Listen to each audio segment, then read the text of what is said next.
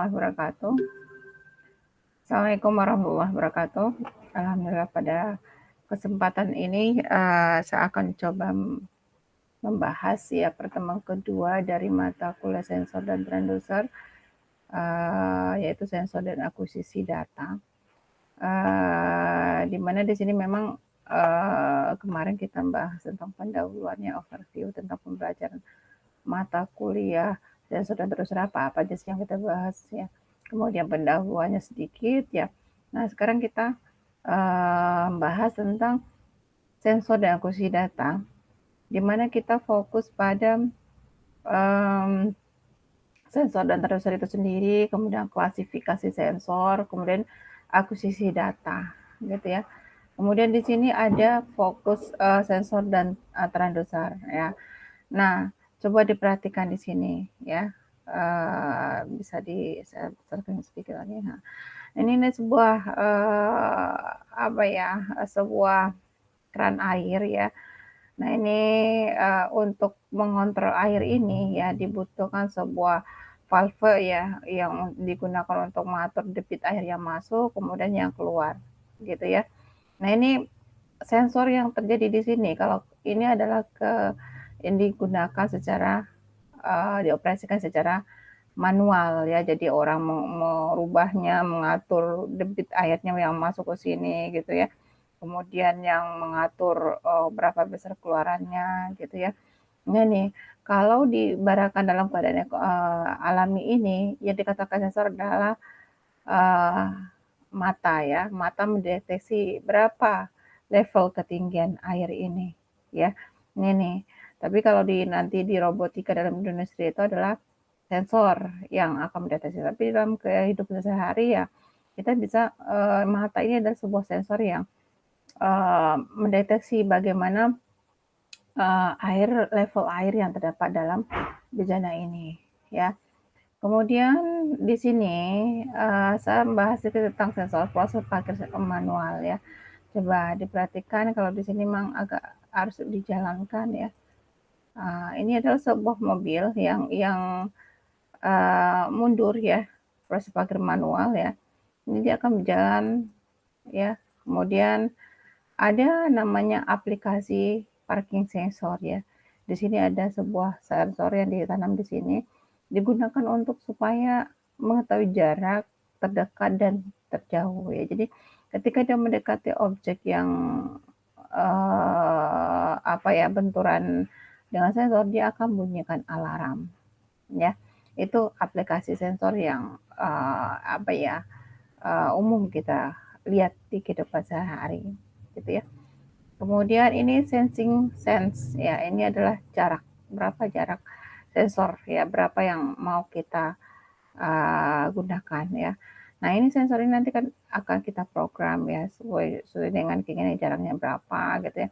Kalau dalam pabrik pembuatan mobil itu sebenarnya udah ketanam semua di sini gitu ya, berapa jarak yang diinginkan. Kemudian jarak aman minimumnya berapa, referensi value-nya berapa diizinkan ya, berapa jaraknya, kayak gitu ya. Kemudian, nah ketika jarak amannya udah mendekati ini ya, alarm indikator akan berbunyi ketika posisi mobil mencapai jarak aman minimum ya. Nah, dia akan berbunyi ya, ketika dia udah mencapai jarak minimum gitu ya. Nah, mungkin kalian nggak akan tampil di sini. Coba saya tampilkan lagi sebentar. Udah tampil ya. Oke, sip. Ya. Oke, sip. Kita lanjut. Ini adalah sebuah sensor. Sensor adalah sebuah perangkat yang dapat mendeteksi perubahan dalam stimulus atau rangsangan pada bagian input dan mengubahnya menjadi sinyal listrik yang dapat diukur atau direkam pada bagian outputnya, gitu ya. Nah, satu perangkat yang mendeteksi perubahan dalam stimulus atau rangsangan pada bagian input dan mengubahnya menjadi sinyal listrik yang dapat diubah atau direkam pada bagian outputnya, gitu ya. Itu adalah sensor. Kemudian stimulus dapat berbentuk kuantitatif ya. Banyak sedikitnya beban, properti berkurangnya atau kandungan bahan atau kondisi intensitas cahaya. Gitu ya. Itulah disebut stimulus gitu ya. Kemudian Ini sensor dan transducer. Transducer adalah sebuah perangkat yang mentransfer daya dari satu sistem ke sistem lain dalam bentuk yang sama maupun berbeda. Ya, ini adalah sebuah loudspeaker yang merubah getaran listrik menjadi suara. Ini adalah motor-motor listrik yang merubah aliran listrik menjadi sebuah gerakan atau apa yang mau dikendalikan, gitu ya. Kemudian ini mengingat pengertian dalam transducer adalah perangkat yang mentransfer daya dari satu sistem ke sistem lain dalam bentuk yang sama maupun berbeda, maka sebenarnya sensor itu sendiri adalah bagian dari transducer ya.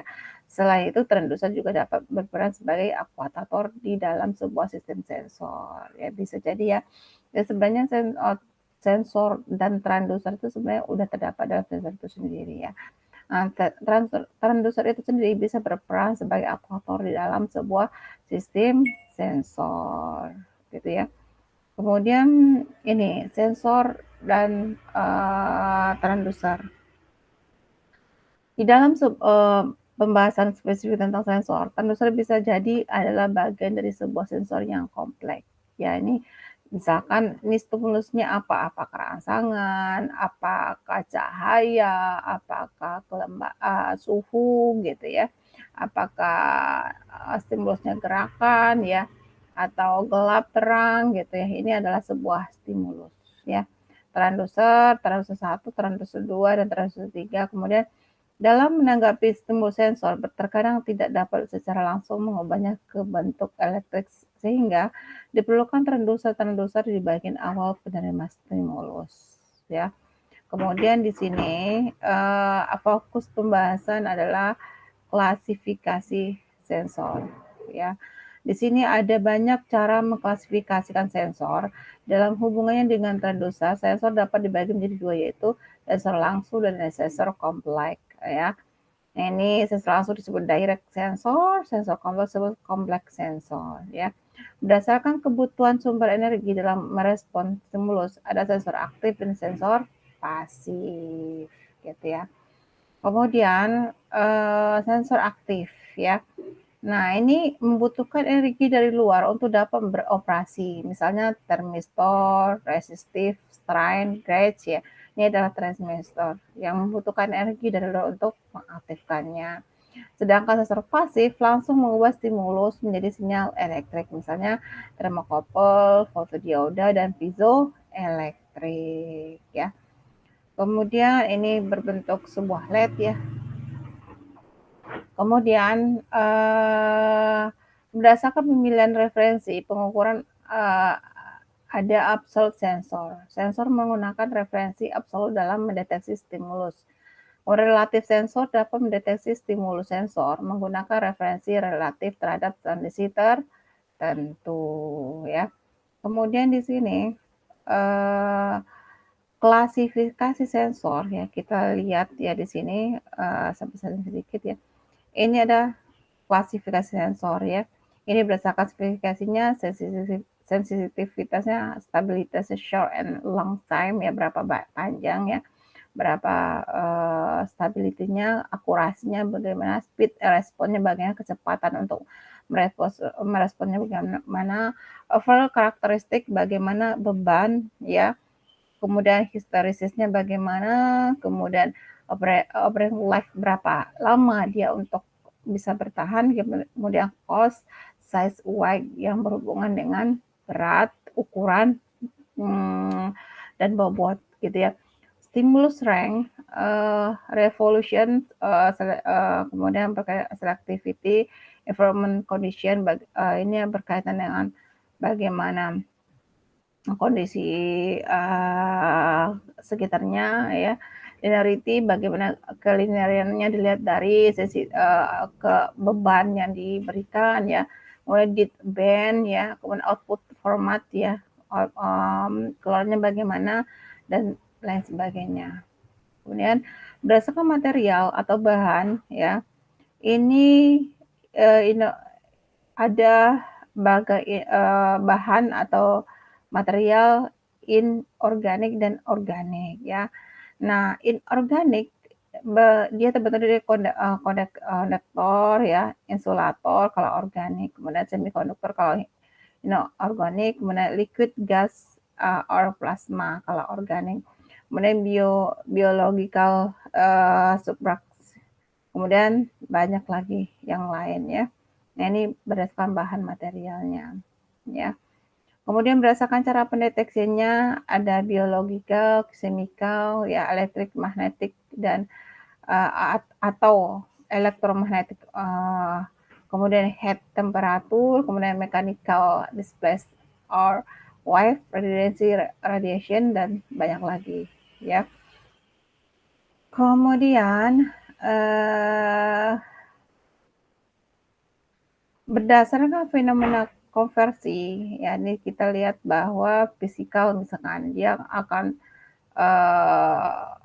berkaitan dengan termoelektrik ya, kemudian fotoelektrik ya, cahaya, kemudian fotomagnetik ya, kemudian elektrik ya, elektromagnetik, termoelektrik, elektroelektrik ya, termomagnetik ya, termooptik, fotoelektrik, dan banyak lain dan lainnya. Chemical transformation, kemudian physical transformation, electrical proses spektroskopi, kemudian banyak lagi ya. Biological ya, ini berkaitan ya biochemical transformation, physical transformation, other, dan test spektroskopi, dan banyak lainnya. Kemudian di sini klasifikasi sensor berdasarkan bidang kerjanya.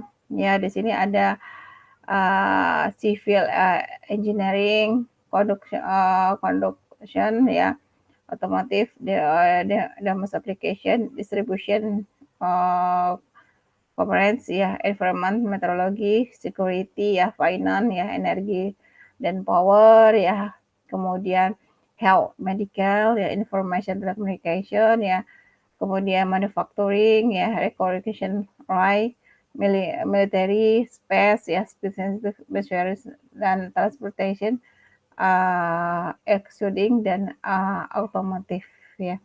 Ini berdasarkan bidang kerjanya, bisa dari bidang agriculture, ini ya jurusan kita mau kemana gitu ya. Bisa diaplikasikan ke sivil, distribusi, energi ya, bisa kesepakatan, pabrik ya. Di bidang militer juga bisa kita terapkan gitu ya bidang kerjanya. Kemudian bidang otomotif juga bisa, domestik ya, environment, meteorologi, security, information, telecommunication, marine, recreation, toys, space, dan banyak lagi yang lainnya. Kemudian di sini klasifikasi berdasarkan stimulus yang diterima. Accuracy, wave, amplitude, space, polarization, spectrum, wave velocity, biological, biomass ya, kemudian chemical, elektrik ya, magnetik ya, optical, nikal ya. Nah, ini wave ini adalah stimulus yang bisa diberikan ya. Kemudian ini thermal, berkaitan dengan suhu ya, look ya, spesifikasi head, thermal condition ya. Kemudian fokus pembahasan dan akuisisi data ya, masuk pada akuisisi data. Di mana di sini akuisisi data sistem berasal dari bahasa Latin ya, atau sistema, dan hasilnya ini sistema adalah satu kesatuan yang terdiri dari komponen atau elemen yang dihubungkan bersama untuk memudahkan aliran informasi, materi, atau energi. Sinyal adalah suatu isyarat untuk melanjutkan atau meneruskan suatu kegiatan. Kemudian isyarat adalah besar yang berubah dalam waktu dan atau dalam ruang dan membawa suatu informasi. Ya, itu adalah isyarat ya. Kemudian, akuisisi data. Perpaduan sensor, transducer, dan rangkaian pemproses sinyal akan membentuk sebuah sistem sensor ya, yang memiliki fungsi tertentu sesuai dengan tujuan dikembangkan sistem tersebut. Ini contohnya ya. ini buat apa ya, sensornya objeknya apa ya, sensornya interface apakah digunakan untuk antar muka ya, kemudian isolation circuit apakah digunakan untuk pembuatan sebuah rangkaian ya, kemudian ini ada semua multiplexer ya, ini adalah aplikasinya sensor ya, kemudian ini perubahan antara output digital ya, komputer dan peripheral device yang dihubungkan ke peripheral. Ini objek yang mau dikontrol, gitu ya.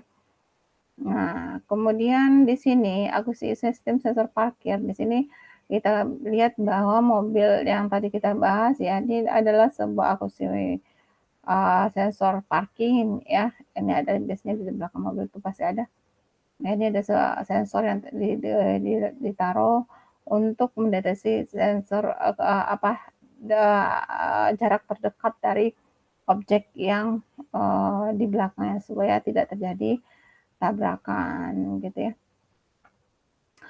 Kemudian diagram blok sistem sensor. Ini ada sebuah diagram blok sensor yang dimana di sini dapat dilihat bahwa dia memiliki osiloskop, pulsa dan osiloskop juga ya, osiloskop.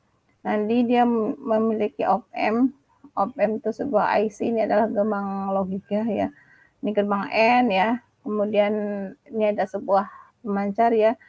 TX RX ini ada speaker, amplifier. Ini adalah sebuah diagram sistem parking sensor ya. Nah, dia ketika dipancarkan ya dia jaraknya udah terdeteksi enggak gitu ya. Kemudian dia akan dipantulkan lagi ke RX receiver gitu ya. Nah, ini adalah sebuah rangkaian aplikasi semuanya berbentuk IC semua ya. Ini adalah sebuah gerbang N, OR ya, ini amplifier ya, ampli ini ada sebuah IC juga gitu ya, ini gerbang N. Ini adalah diagram blok sistem parkir sensor. Kemudian di sini analisis data. Di sini cara kerja sederhana TX dan RX bekerja bergantian berdasarkan pengaturan switch ya. Ketika TX on, gelombang ultrasonic dipancarkan. Ketika RX on akan menangkap gelombang ultrasonik. Benar ya, ketika dia dipancarkan, dia akan mendeteksi jarak tadi ya. Kemudian receiver ya akan menangkap gelombang elektronik yang dipancarkan tadi, gitu ya. Semakin dekat penghalang, maka sinyal pantul akan ditangkap lebih cepat. Kondisi ini yang diproses lebih lanjut untuk misalkan menentukan jarak, mengeraskan alarm. Gitu ya. Nah, ini dia akan bunyi berapa jaraknya yang diinginkan. Kemudian ini akuisisi data, ini berapa alarmnya, misalkan kita oh ini alarmnya nih berbunyi gitu ya. Nah, ini udah posisi aman apa belum gitu ya, kita pasti akan lihat ke belakang atau melalui spion ya, udah posisinya udah benar apa belum gitu ya. Nah, akuisisi data, apa itu akuisisi data? Akuisisi data adalah satu proses untuk mengambil, mengumpulkan, dan menyiapkan data sehingga memproses untuk menghasilkan data yang dikehendaki. Pada proses sistem sensor parking tersebut adalah data apa sebenarnya yang ingin kita ketahui, jarak atau distance ya. Nah, ini kita parkir itu kan sebenarnya kita mengatur jarak ya, jarak antara badan mobil dengan yang di belakangnya, gitu ya. Kemudian di sini ada referensi yang tadi saya bilangin ya, Handbook of Sensor Physical. Nah, ini kalian nanti harus memiliki buku ini ya. Saya rasa mau nanti pertemuan berikutnya kita adakan Google Meet untuk membahas ya, khusus untuk bahas buku ini. Gitu ya. Oke, untuk sementara kalian boleh saksikan video ini dulu supaya nanti ketika masuk pembelajaran itu kita udah nggak bingung lagi gitu ya. Kita mau ngapain ya. Kemudian saya udah menjelaskan sedikit tentang sensor dan akuisisi data. Mungkin untuk di Google Meet nanti kita lebih detail lagi untuk membahas tentang sensor dan akuisisi data berdasarkan buku yang saya sudah kasihkan referensinya. Gitu ya. Mungkin sesi pertanyaan saya buka nanti ketika kita ketemu di Google Meet, gitu ya. Oke, saya rasa cukup ya, pertemuan kedua tentang sensor dan akuisisi data. Ingat, ya diingatkan saya untuk selalu, setiap ada perkuliahan ini selalu diingatkan, kemudian insya Allah kita akan adain Google Meet ya dengan membahas topik yang sama, gitu ya, untuk pengayaan materi, gitu ya. Oke, saya rasa cukup ya. Assalamualaikum warahmatullahi wabarakatuh.